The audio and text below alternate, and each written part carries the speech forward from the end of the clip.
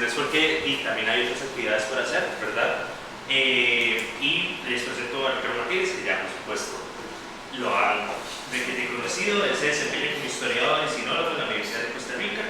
Allí es catedrático en la sede del Pacífico, director de la REMLA, revista de estudios históricos sobre masonería latinoamericana y caribeña plus. Es coordinador de la red académica latino e hispanoamericanista sobre estudios sinológicos y el Observatorio Latinoamericano sobre Asia y África. Pero Ricardo nos presentará la red Chicken Tom, inmigración china, comercio y masonería en Puerto Limón, Costa Rica. Muchas gracias. Muchas gracias, Mauricio. Para la grabación se está escuchando todo perfectamente. Gracias. Bueno, por supuesto que el Chicken Tom, la inmigración china, la migración china ha sido como los ejes transversales de lo que llevamos del simposio. Voy a tratar de irme a lo específico de mi trabajo, aunque no voy a poder dejar de obviar muchos de los temas que han tocado Frederica Winch, Freddy González, Albert Magno, Benjamín Narváez, Blay Sayako. Este trabajo, como saben, forma parte de un proyecto que ha sido base para la construcción de una red de investigación internacional, los roles políticos, económicos y culturales de la red global Chicken Tom, los procesos de sociabilidad, administración social e identidad de los inmigrantes chinos en Latinoamérica, con un fondo de investigación. Y tengo buenas noticias, lo hemos logrado ampliar por un año. La solicitud se ha debido a que en pandemia no pudimos avanzar lo que deseamos, entonces nos han permitido un año más. Este proyecto inició en primera instancia con un trabajo conjunto con Albert Manke, Freddy González y Mónica Cinco. La idea original era que cada uno de ellos viniera una vez cada año. La pandemia llevó a que vinieran todos juntos, que creo que ha sido lo mejor.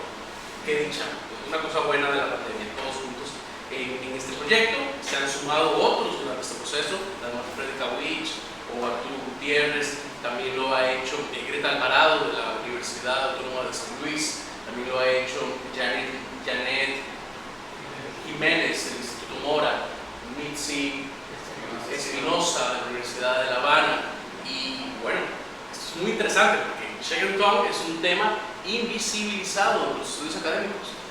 Hacer un estado de cuestión es sumamente difícil porque no hay publicaciones. Entonces hemos logrado integrar a un primer grupo interesado en investigar sobre el tema. Y algo muy rico de ello es que lo estamos haciendo en español. Cuando pensando en un tema de investigación en español, funciona como vanguardia de algo. Y bueno, en alemán y en inglés también, ¿verdad? Pero la lengua franca, entre comillas, la lengua común se ha convertido en español dentro de esta red de investigación, a pesar de la participación de universidades de los Estados Unidos, Europa o China. Yo tengo mi definición sobre el Chicken Tom. La definición para discutir que yo tengo es: el Chicken Tom es el producto del encuentro sociohistórico en ultramar del tradicional mundo chino de triadas y sociedades secretas con muchas comillas, con el gremial, fraternal e iniciático masónico en particular de la modernidad europea. Para mí lo importante, y es por donde va la hipótesis que estoy construyendo, es una construcción de ultramar, es una construcción sociohistórica. ¿Tiene ciertas raíces, cierto pasado en China? Sí. Son inmigrantes chinos para empezar, ¿no? Pero también hay vestigios dentro de la historia de Europa, pero también hay vestigios dentro de la historia que se está construyendo en Ultramar.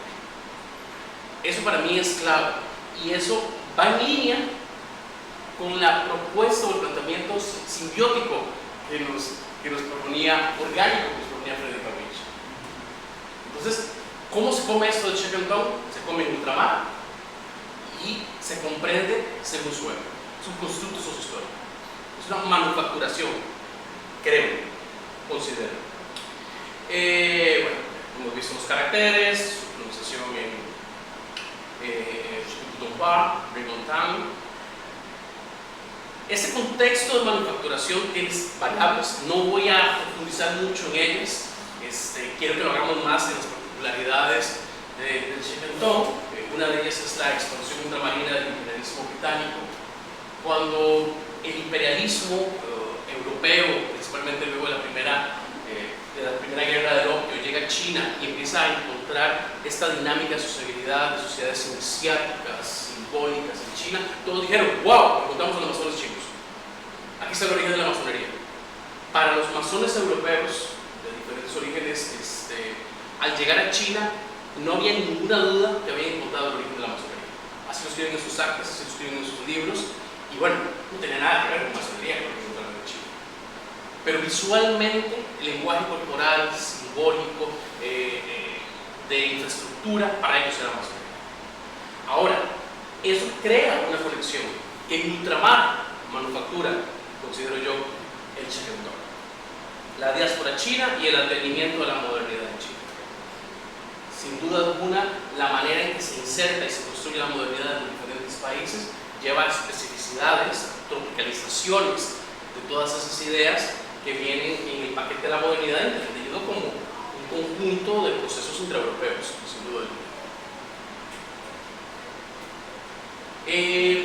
La consolidación del Chequentón es una imagen muy bonita, una foto muy bonita del Chequentón en México, que me compartieron dentro de esta misma red de trabajo, que además de académicos están participando archiveros, los guardianes de fondos documentales, por ejemplo el archivo de la Gran Logia de Nuevo León, de la Gran Logia de San Luis Potosí, de archivos municipales en Aguascalientes, Zacatecas, que están trabajando con nosotros. No puedo olvidar citarlos. Llevan a pensar o llegan a concluir que parte del proceso de consolidación del Chequentón, lo hemos visto en las ponencias y en las conferencias de esta semana, le llevan a tener un rol de referente político, económico, cultural, benefactor. Para mí lo más importante es algo que quiero que discutamos mañana en la conclusión, clausura del Congreso, identitario de los chinos de ultramar. Al final de cuentas, quiénes son, quiénes eran, es algo que nos lleva a responder, que nos permite responder desde una perspectiva particular el estudio del Chequentón. Chequentón, sin duda alguna, es una red transnacional de unidades asociativas a lo largo de América, a través del Caribe, el mundo Pacífico, el sudeste asiático, Oceanía y África. Una increíble introducción a esa dinámica global nos hizo Freddy González el mes anterior. Para la Segunda Guerra Mundial, el Chequentón contaba con 300.000 miembros. Creo que más que lo que había en la masonería para la Segunda Guerra Mundial. Eso es muy fuerte. No hay ninguna dinámica asociativa de esas características iniciáticas, simbólicas, etc., con una mayor cantidad de miembros para el momento de la Segunda Guerra Mundial. Es muy significativo sobre ese rol del Chequentón en ultramar hasta la Segunda Guerra Mundial. Hay una labor conjunta, habló un poco también Freddy González, el rol de la prensa del Chequentón y su rol en la construcción de una esfera pública en los diferentes países por medio de la prensa. Hay una labor conjunta con la Sociedad para la Regeneración de China, el Xin-Rong-Hui, en Hong Kong y Hawái, la Liga Unida del Kuomintang, para el año 1905. Se utiliza en su momento el Chequentón como una plataforma para mover recursos dentro del proyecto Sun Yat-sen. Eso era muy común con la masonería, lo hizo José Martí, por ejemplo. Sun Yat-sen no le interesaba ser Sun, no le interesaba ser miembro del Chequentón, José Martí tampoco le interesaba ser masón, pero encontraron una plataforma para mover recursos en sus proyectos políticos. Roles fabulosos para el inmigrante chino encontramos en la dinámica de sociabilidad del Chequentón, una red de sociabilidad ampliada para la inserción y creación de identidades en contexto de marginalidad y control social, algo que para el caso de Costa Rica, lo vimos en las conferencias de esta semana de Tomín Narváez y la Isaiah Kong, lo ha explicado maravillosamente Mónica Cinco sobre la situación mexicana. Ese inmigrante no deseado, donde leyes incluso dicen literalmente prohibida su entrada al país porque pueden echar a perder la raza. ¡Wow! Entran y encuentran en espacios como el Chequentón la posibilidad de insertarse, de sociabilizar, de construir, manufacturar identidades, a pesar de muchas cosas. Es una red de sociabilidad ampliada porque no es la única unidad asociativa. A los miembros del Chequentón, en Costa Rica al menos, nos encontramos en logias masónicas regulares, escocistas, por ejemplo, pero también nos encontramos en otras asociaciones chinas, de comerciantes, de negocios, o en redes de comerciantes incluyen personas de diferentes orígenes étnicos, nacionalidades y fenotípicos. Me parece, vamos a ver algunos ejemplos de rituales o de discursos de la dinámica interna del Shakedown que se empezaron a reproducir en la prensa, no del Shakedown en Costa Rica no hubo prensa del Shakedown, pero el Shakedown utilizaba la prensa comercial, porque la mayoría de los miembros, como veremos ahora, eran comerciantes. Los rituales otorgan identidades de escape, y esa identidad de escape no es una característica única del Shakedown. Otro tipo de agrupación puede crear o llevar a una identidad de escape. La misma religiosidad, las mismas creencias. Muchas personas terminan practicando X o Y religión porque el ritual, la simbología, le permite, lo otorga una identidad de escape a una situación social, socioeconómica, cultural negativa, ¿verdad? En el caso de los chinos, ultramar, marginalidad, control social y otras. Y bueno, lleva acceso a dinámicas de la sociedad. Acceso a dinámicas de la sociedad. 21 años antes, por ejemplo, 21 años antes de que se realizara el Shakedown en Costa Rica, se inicia el primer inmigrante chino en una logia masónica. ¿Qué tenía en común esta persona que se llamó Juan Gondres? Ese era su nombre latinizado, Juan Gondres, con los miembros de la logia? Todos eran comerciantes. Entonces Juan Gondres, a pesar de que era chino y 2 años antes se había promulgado una ley que prohibía su existencia en el país, fue recibido como un hermano dentro de esa dinámica de logia. ¿Por qué? Porque era chino, por supuesto que no, porque era comerciante. Ok, vamos a los rituales. Esta es una parte divertida, emocionante, algo que no hemos discutido durante este simposio. He identificado que muchos de estos se utilizaban en Estados Unidos. Hay artículos interesantes sobre anti-Shakedown a nivel de los Estados Unidos y encuentro que el texto es muy similar. Yo creo que es el mismo, ¿verdad? En los artículos, en los trabajos en Estados Unidos son traducciones al inglés, lo que ponen en la prensa son traducciones al español, pero el mensaje va a aparecer. Dice el maestro, ¿por qué quieren ser? Bueno, una conversación ritual entre el maestro y el candidato, 1816. Dice el maestro, ¿por qué quieren ser admitidos? Responde el candidato, porque desean derribar la casa de Shin y restablecer la casa de Mi. Parte de lo que hablaba sobre estos orígenes, el origen de este tipo de organización, y lo decía Albert Mann temprano. Dice el maestro, ¿cómo puedes probar eso, candidato? Puedo probarlo con un verso. Maestro, ¿cómo corre el verso? Hemos restaurado el origen, investigado las fuentes y examinado la poesía antigua. Sabemos el rol y la importancia de la literatura dentro de la cultura china históricamente. Va la poesía. La gente de Qin usurpó nuestro patrimonio. Restauraremos ahora el imperio, siguiendo las instrucciones del líder. Nos levantaremos con una luna clara y levantaremos la bandera del patriotismo. Ya les comento. En mis manos, un segundo, así, vamos, no, y la bandera del patriotismo. Estas son reproducciones en prensa comercial, propagandística del Shakedown. Aquí hay un proyecto político. Volvemos a lo mismo. La masonería es una organización que se debe comprender en términos culturales.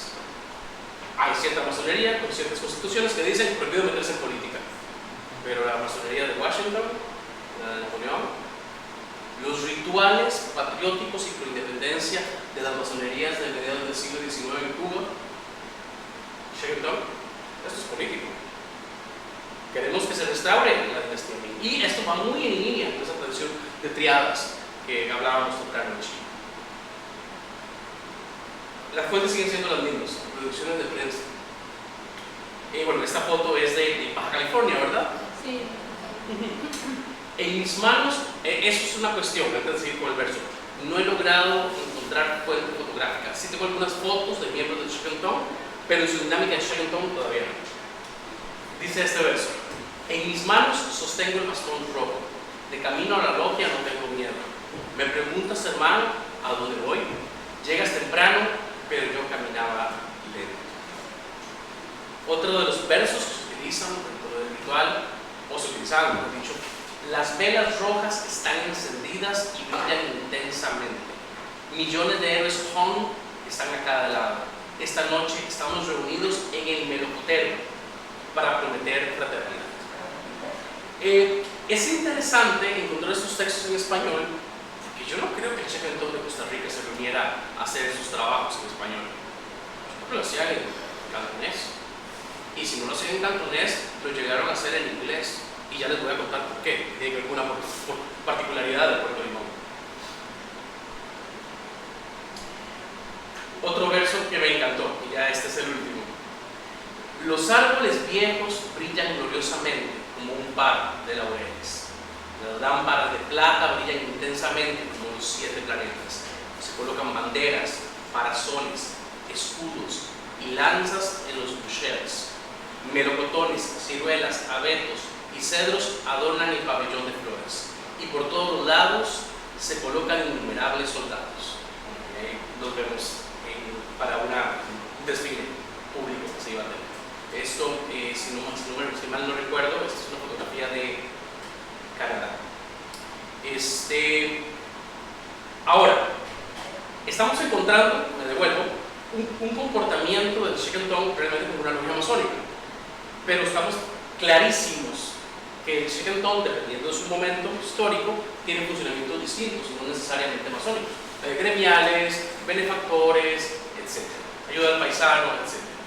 ¿Cuál es el caso de Costa Rica? Pues realmente considero o veo a la ciudad caribeña de Puerto Limón, Costa Rica, como una posibilidad de una mirada microglobal a un proceso que llegó a tener 300.000 miembros en la Segunda Guerra Mundial. La fotografía que ven allí es el templo de la Logia Unión Fraternal de Puerto Limón, un templo bastante bonito, estaba salido al mar, tenía una salida al mar. Allí fue donde se inició el chino Juan Gondres, en esta logia. No obstante, a Juan Gondres no lo hemos identificado dentro de los miembros del Chequentón. ¿Puede haber un cambio de nombre? No lo sé, pero puede, no lo sé. Ahora, con Puerto Limón hay una cuestión muy importante. El Caribe de Costa Rica era un enclave de la United Fruit Company.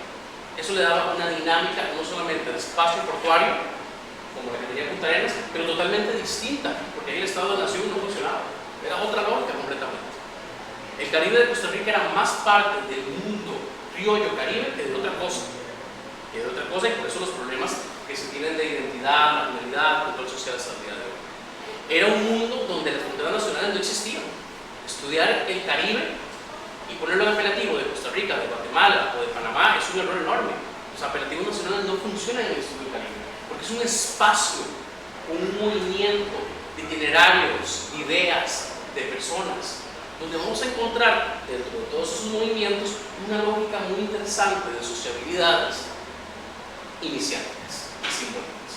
No solamente masonería, no solamente masonería o Chequentón, también hay logias de Night Peoples, donde participan principalmente criollos del Caribe, descendientes afrodescendientes.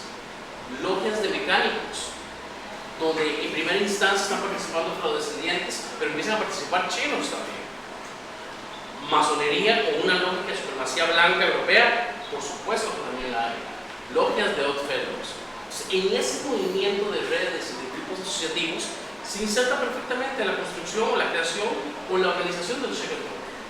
El Chequentón, cuando se organiza en Costa Rica, no busca la regularidad por parte de algún gran algo, para nada. Lo que busca es el registro civil y un notario para inscribirse. O sea, entra dentro de la lógica de sociedad civil, a pesar de ser un grupo que representa a inmigrantes no deseados. Por eso desbarata completamente la lógica del Estado-Nación. Sube un poquito la velocidad para comprender esa dinámica. En Puerto Limón podemos ver la relación entre la población total y los extranjeros. Vean que un acercamiento de finales del 19, casi en 1930, habla que los extranjeros están entre un 2, pero aumenta a un 9,4%. No obstante, en el caso de Limón, para finales del 19, en un momento dado representa el 44,5%. Y paulatinamente va bajando. Ahora, ese que va bajando quiere decir que hay movilizaciones de descendientes o de costarricenses hacia el Caribe. No. Ese 16% y luego ese 5% son los hijos de criollos del Caribe, los hijos de afrodescendientes que vinieron de diferentes islas, los hijos de las comunidades de chinos que se asentaron allí. Entonces, en términos étnicos y culturales, el paisaje no cambia de color, de forma, de tamaño, de nada, sigue siendo el mismo. Eso le da otra lógica. Y el Estado costarricense no tiene nada que ver con eso, no sé. Y podemos ver también la relación de chinos en este caso, en esta dinámica. Vemos que más bien tendió al aumento, a llegar a representar el 20,8%. Ahora, esto no es tan certero, porque hasta qué punto el descendiente de chino era chino o era costarricense. Tenemos ese problema con este tipo de censos.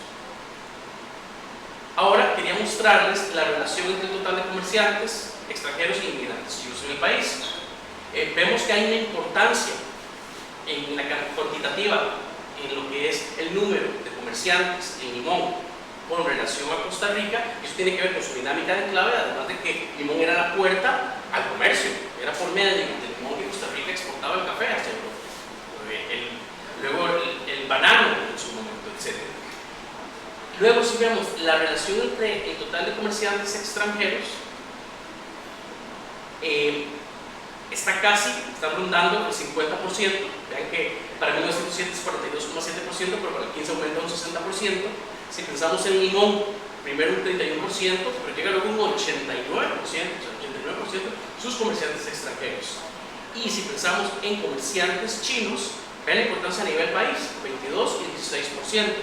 De hecho, una de las razones cuando Lai Sai presentó su libro y mostraba fotografías del presidente de la República cenando con los chinos, porque esa tolerancia con los indeseados, que era el segundo grupo social más importante en el pago de impuestos. Hay que tolerarlo sin duda alguna. Si vemos la última casilla, vemos la importancia, 30%, 35, 29% de los comerciantes chinos en Puerto Rico. ¿Por qué esto es importante con el Shekentong? Porque todos los miembros que hemos identificado del Shekentong, que ya llevamos un grupo sobre 85 personas, todos eran comerciantes. Sin excepción. Brutal esta situación. Un poco de la cuestión de la exclusión, para contextualizar, la leemos, pero vamos un poco más rápido porque lo hemos discutido mucho.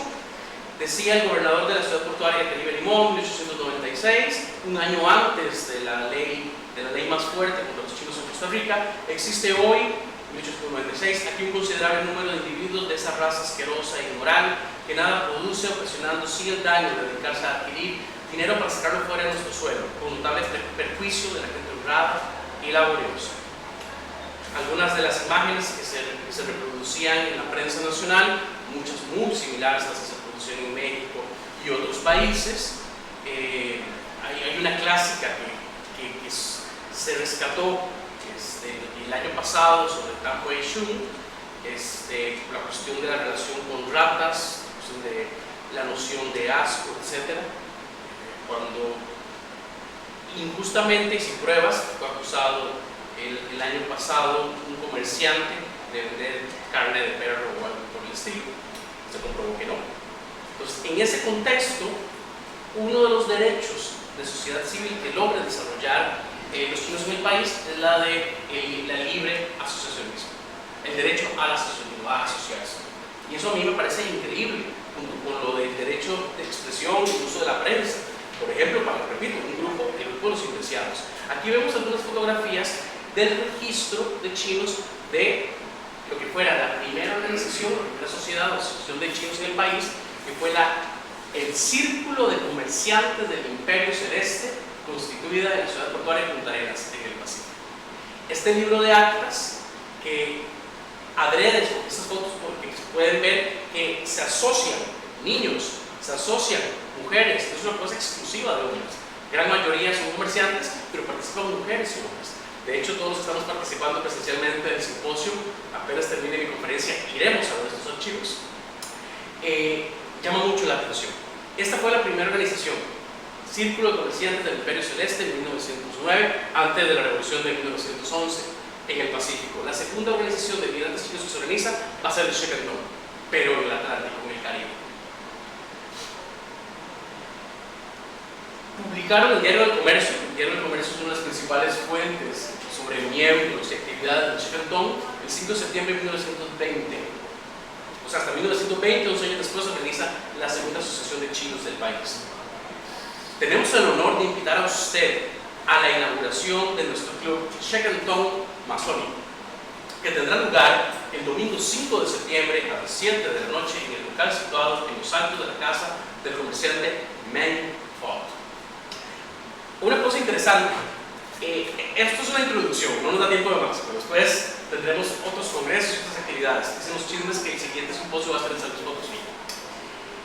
Del Club Chequentón Masónico, en 1945 fue la junta directiva del grupo a solicitar el cambio de nombre de la organización y le cambiaron el nombre a Chinese Freemasonry Chequentón. ¿Por qué? Estoy encontrando en otros pasajes de prensa que el idioma con el cual están haciendo sus trabajos, sus actividades es el inglés para mediados del siglo XX. Y tiene mucho sentido con la lógica y con la dinámica que se está dando en Limón. Vamos, en Limón los periódicos eran bilingües entre español e inglés, político de población también. Yo insisto, no creo que su dinámica de trabajo haya sido en español. Cosa importante, las masonerías de Costa Rica nunca reconocieron el Chequentón, nunca les interesó, pero sí lo hicieron con los grupos de afrodescendientes.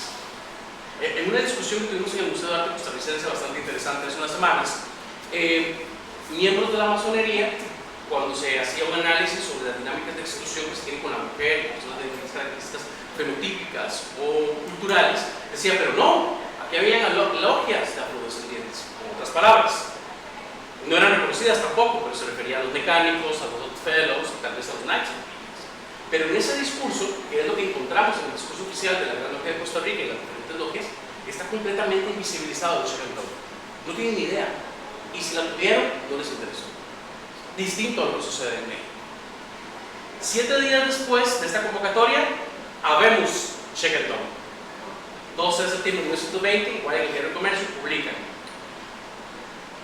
gobernado nuestro país por muchos años bajo un régimen de despotismos y bajo la férula de una familia privilegiada, era natural que, a medida que avanzaba la civilización, se despertara el deseo de cambiar la forma de gobierno, oponiendo el derecho a la fuerza, el talento y la ilustración, a la desigualdad de castas. Tal es, señores, el objetivo de nuestro club, el Chequentón Masónico.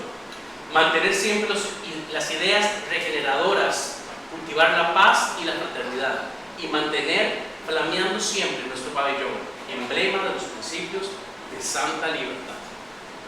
Si a mí me dicen que esto tiene que ver con masonería, yo pienso en escochismo, nunca pienso en Chequentón. Muy interesante el discurso, y de esto va a dar pie a usted analizar un poco más las dinámicas internas del Chequentón. Es por donde, sin pensarlo ni desearlo, se está dirigiendo mi investigación. Me interesaba más el rol sociocultural de los miembros del Chequentón y del Chequentón como organización. Aquí tenemos una imagen, esta es una imagen del Guomindang, que tenía su club en el Caribe de Costa Rica. Es una imagen que me compartió la ISAI, donde hemos identificado que los miembros del Guomindang eran miembros del Chequentón.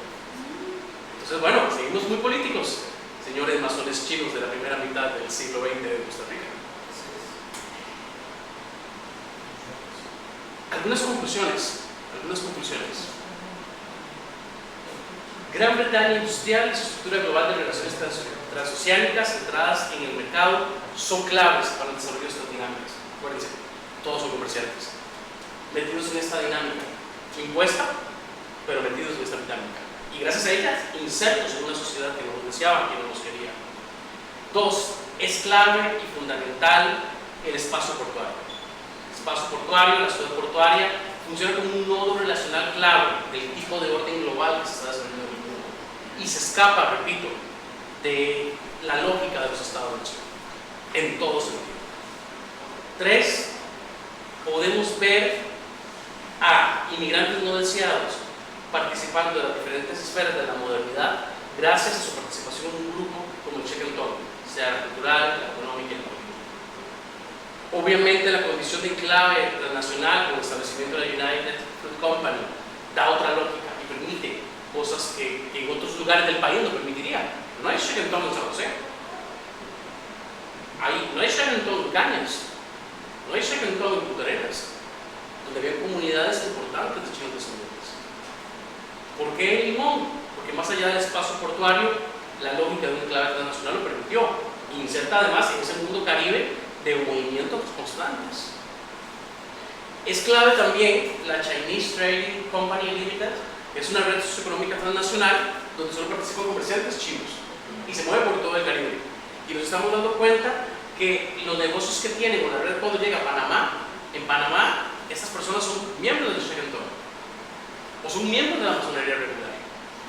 Y sospechamos que con Guatemala, que con Jamaica, cuidado con México mismo, puede que suceda lo mismo. Puede, no sé, habrá que investigarlo, pero sucede con Panamá. Entonces, es una red de sociabilidad ampliada, no solamente de grupos iniciáticos, no solamente de Shackleton, no solamente de masonería, son redes institucionalizadas de comercio, con características étnicas o de carácter étnico como la Chinese Trading, o no.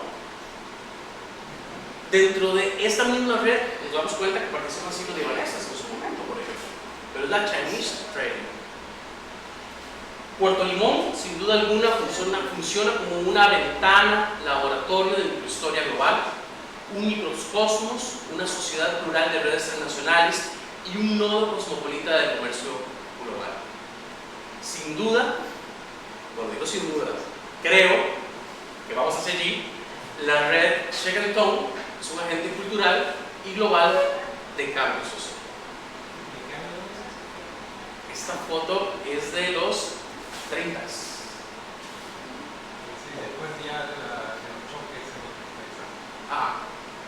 Y Shackleton desde 1920. Un agente cultural y global del cambio social. Eso es lo que haremos. Muchas gracias.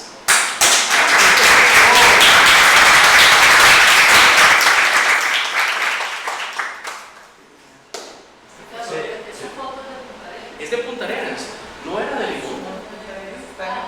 Es de Punta Arenas. Pero había una visita entonces. Es que lo reconocí porque ahí está el papá de Limón. Entonces había. Ese es el papá de Limón. Entonces seguramente había visita de alguien de Limón, puede ser. O comerciantes de acá eran miembros del Shackleton. Es que hay otra foto que está ahí también donde aparece el presidente de la Asociación China de Limón. De Limón. Pero es otra. Es otra. Pero habría que ver cuáles son. Es la última foto en el libro mío. Y creo que abajo vienen todos los nombres de los. Perfecto. Perfecto. Ok, entonces hay que analizar más bien el movimiento. Bueno, la ventaja de Costa Rica es un país pequeño, ¿verdad? No es nada del otro mundo irse de moverse del Caribe a Pacífico, Caribe. La última foto, esta foto es esta clásica de.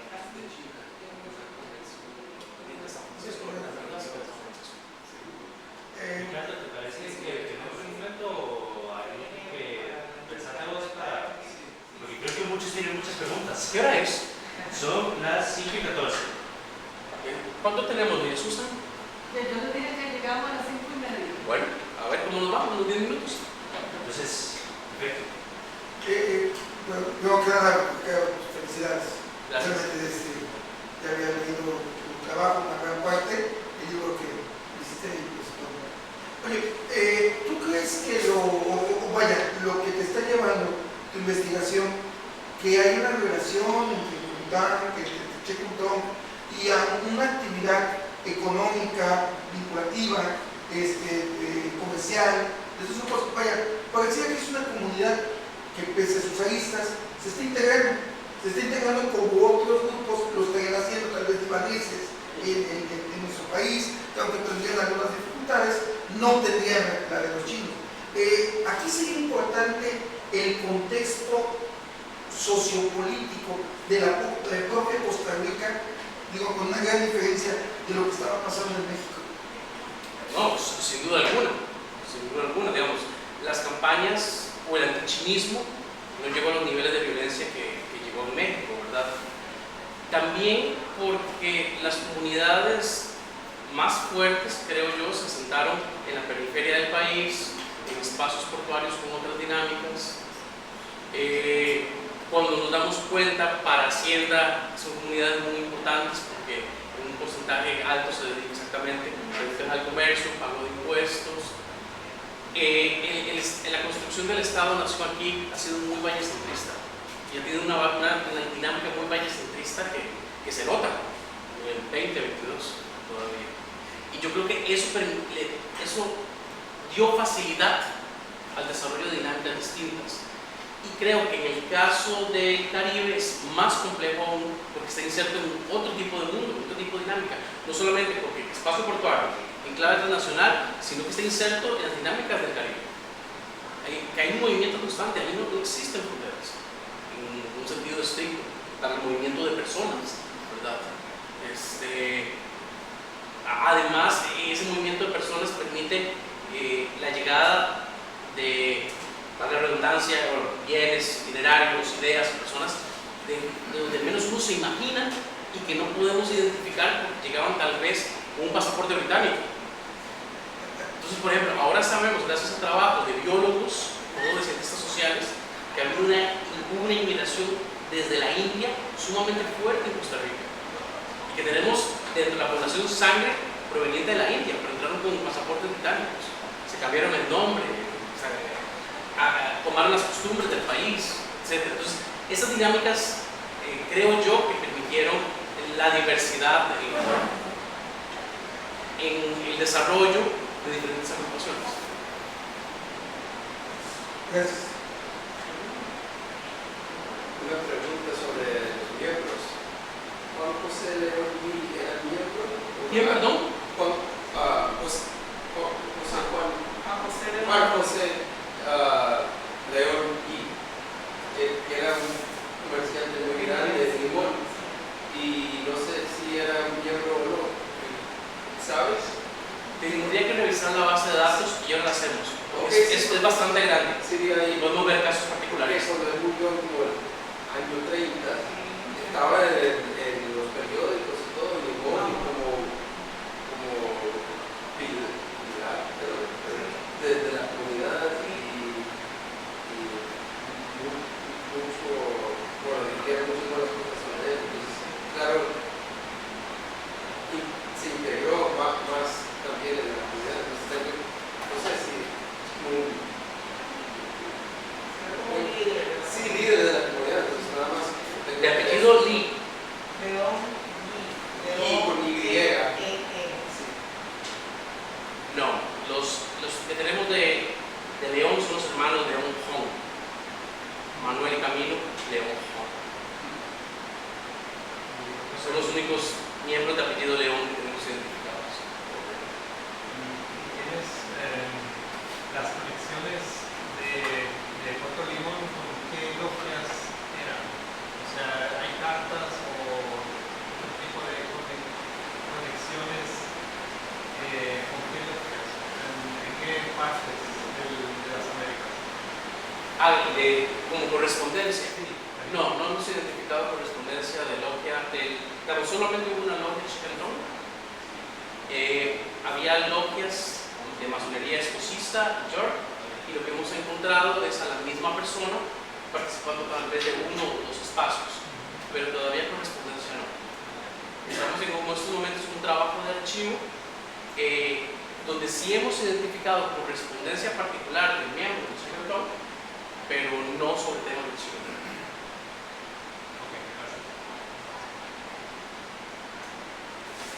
Ay, no, qué difícil, adelante.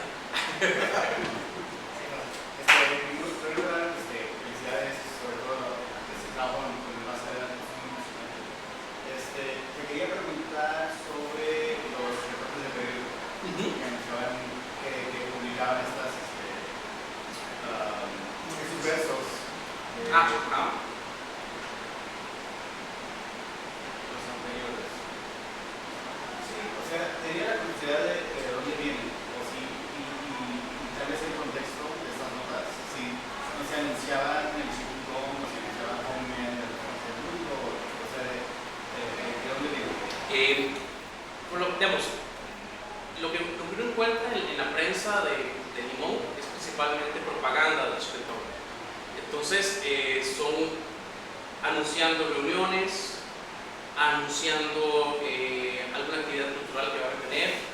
Es muy fuerte la actividad de beneficencia que tiene el Chiquetón de Limón, anunciando sus miembros, cambios de juntas directivas y cosas por el estilo.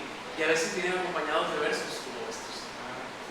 Pues ya para el 1979 ya estaban haciendo propaganda para la cultura. No, ok. He identificado en los trabajos de Estados Unidos versos muy similares y me he atrevido a poner más o menos el año de estos versos. En algunos casos, creo que son estos. En el caso de este, sí ponen el verso, y en el caso de este otro, sí ponen el año. Sí ponen el año. Sí, es una cosa muy interesante. Que independientemente, creo yo, de que uno pueda comprobar su veracidad, el hecho de que esté ahí es una fuente importante que nos permite explicar cómo se están manufacturando las identidades del grupo. Podríamos hacer una cronología un poco más detallada, ¿no? También. De textos, fragmentos, etc. De hecho, de pura casualidad, ¿han revisado los autores del escocismo de ese periodo? No, y miras que en eso estaba pensando anoche. Digo, es que al final de cuentas, muchos piensan que el rito escocés es el mismo hoy siempre. Es el mismo ITA que tenía en su momento. No fue así. Entonces, nada más ahorita que lo vi, me quedé viendo a los versos. Está interesante, está muy sabroso. Sí, estaba pensando en eso, de hecho, anoche, que hay que revisar un poco más a la masonería de la época, y cuidado, lo que estamos pensando en estos momentos no es tan cierto, y hay una mayor relación, no lo sé. Ya está, me está dando cuenta para acá. Tanto el hito, la verdad, felicidades, Ricardo. Gracias. Yo quería, o sea, cuando veo estos versos, estos versos están escritos en español, en inglés, en chino. En español. Y no hay, digamos, la contraparte en chino. Yo creo que he encontrado la contraparte en inglés, pero yo creo que ambas son traducciones. Se pregunta esto porque para la época había un estilo narrativo también, ¿no? Un estilo narrativo no del mundo, correspondía a gente letrada. Entonces, muchas veces en las traducciones es una traición, ¿no? Y muchas veces la forma de traducir los textos traicionan al sentido original de la frase, de la enunciación, ¿no? Y se adapta más al criterio del traductor, es decir, de la lengua inglesa o hispánica, que a la original. Entonces, yo me pregunto si estas traducciones fueron hechas, las hiciste tú. Bueno, ahora estás diciendo que son en español, pero comento porque cuando he visto textos de lengua indígena traducidos en 1920-1930, a nosotros nos suenan bien poéticos, pero los traduces en un término más semántico, más literal, y cambia el sentido. Es significativamente diferente. Entonces, no sé si esto responde a un estilo en particular o es una traición del traductor. Están muy bonitos, ¿no? Dices, wow, pero me gustaría ver la traducción lingüística. Sí, no, completamente de acuerdo. Yo creo que la clave va a ser identificar los rituales originales. Estos rituales creo yo que se están importando desde Estados Unidos.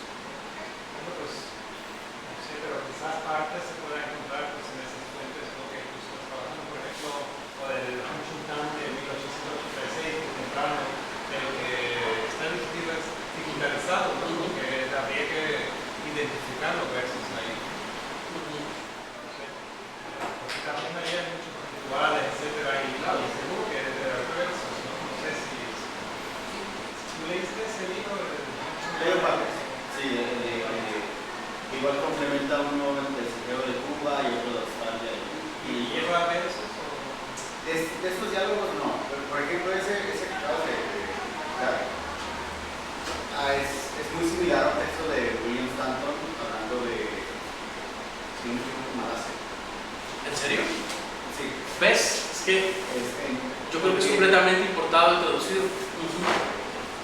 Algo que he notado, por ejemplo, sobre la ideología anti-China, es que en lugares en donde apenas están llegando chinos, ya publicaban artículos de California sobre los chinos. Entonces, por ejemplo, cuando los chinos llegaron a Australia, decían, hay sociedades secretas sin haber chinos. O sea, los chinos estaban en el proceso de llegar y decían, están las criadas en no sé qué parte y están en los goldfields de no sé qué.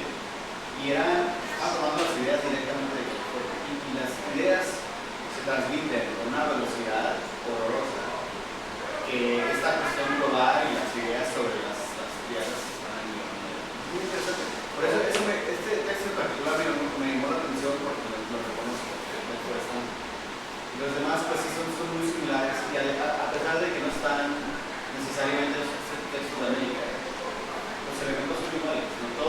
Todo esto se refiere a la leyenda de Shilu que queda en Chikung Dong, en donde los monjes de Shaolin son traicionados por el 5 y con la venganza y peligros, etc.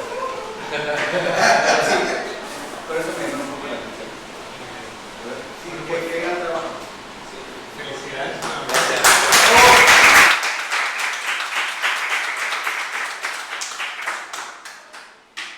Bueno, Mau, ahora sí. Lástima que terminó. Textos sobre gráficos. ¿Textos qué, perdón? Hay textos sobre los gráficos que pasaste. Todos los gráficos son importados y prestados de otros espacios. Este, si no me equivoco, Freddy, este es de Nueva Zelanda, ¿verdad? Este es Chicken Dog, Nueva Zelanda. Imágenes criollas no he encontrado nada. Nada. El clima pudo haber- Hay mucho que investigar, hay que escarbar. El clima pudo haber- Bueno, muchas gracias a todos. Si no se- Terminamos por hoy. Y pues solo comentarles que iniciamos mañana a las 10 de la mañana en la ACE.